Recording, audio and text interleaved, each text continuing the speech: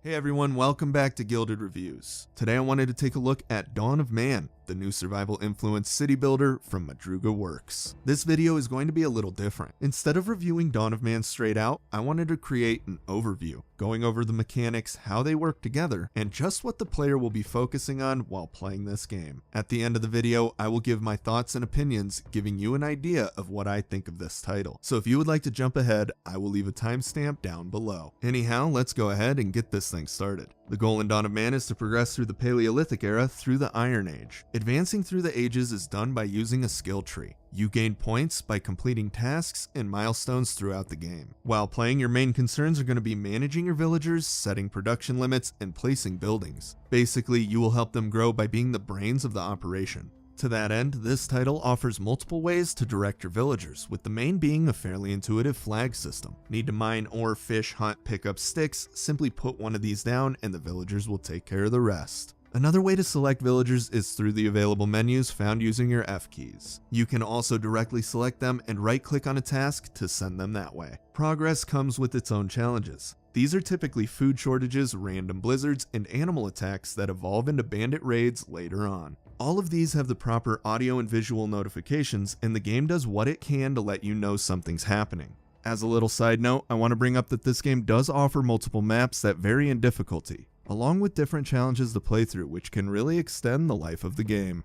Moving on, let's go ahead and talk about what you will be doing with most of your time in Dawn of Man. As I said earlier, you will spend a decent amount of time directing your villagers through the various means available. Another thing you will be focusing on are the resource limits. I could be wrong, but I believe they created this to help remove the heavy micromanagement found in other games. The idea here is for this to work in tandem with the task flags. As you lower the limit on an item and up it on another, more people will gradually move over to that area without you directly dealing with it. This removes the need for an activity manager. Well, kinda, but I will get to that here in a second. You also control the crafting. This mechanic offers an auto mode where you can force production on an item forever. Just don't forget to keep an eye on the production limits. As a little side note, you will be spending some time fixing issues with the artificial intelligence. Now, the AI isn't awful, but tasks like hunting don't always seem to work as intended, and in order to survive, you will need to step in and control the villagers directly. And the last thing that you will need to really focus on is placing buildings. This is something that probably isn't a huge deal, but I did find that properly designing your base can help your villagers.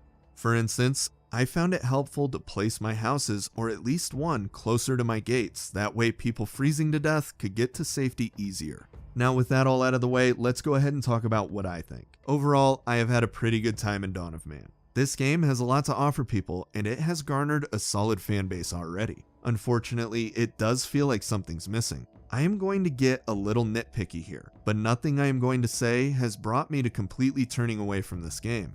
These are just things I believe the game either missed out on or could improve to make the overall experience a little better.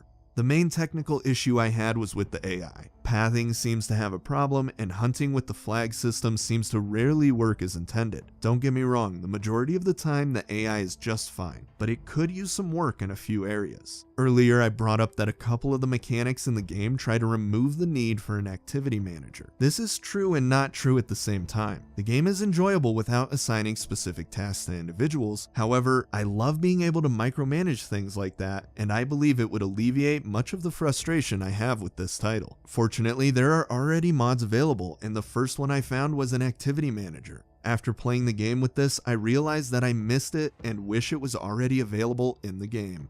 If you are interested in this title and want an activity manager, you can find one on Nexus Mods. Other than that, I just want more, and not really in the form of new content, but more like refining the older content and adding depth. For instance, not being able to designate guards or hunters can be frustrating, and the lack of roads, trade routes, and NPC villages makes the game feel barren. Having all of these things seems like something that would already be established in a title like this. That isn't the case though. This is not really an RTS, or at least how I would typically view one. And even though a lot of the mechanics feel like something straight out of Age of Empires, Dawn of Man is a survival, city building RTS, and NPC villages for you to raid are not typically part of that equation. Another small thing I personally feel Dawn of Man missed out on is emergent storytelling. Don't get me wrong, they have some of the basic mechanics for this in place, The game just doesn't offer all the information needed to build stories between your villagers. Overall, this game is a very solid city builder and will give fans of the genre a decent amount of playtime before it gets too old. I think I played for around 30 hours before I installed mods, and then I got another 20 or so after. This is stretching it further than needed, so I could test a few things out, but the game is easily worth the $25 asking price. I would recommend this title for anyone looking for a new game in the vein of Banished. Keep in mind, I have not played Banished as much as I would like, but from what I can tell, it gives players more information and provides that extra depth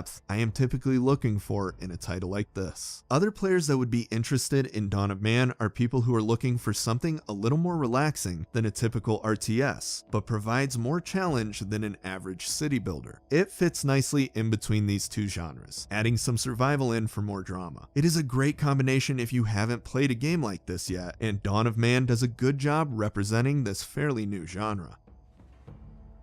Hey everyone, thanks for watching. I have some pretty drastic changes coming to my channel over the next few weeks, and I hope you guys like them. Along with new video segments and more frequent releases, I am going to be starting a Twitch channel. So if you would like to have a more active role in my review process, want to play some multiplayer games, or are interested in checking out what I am working on, I will be streaming over on Twitch during the weekdays. I also plan on doing live broadcasts through YouTube on the weekends. I will leave all the links down in the description. Anyhow, thanks again, and I will see you next time.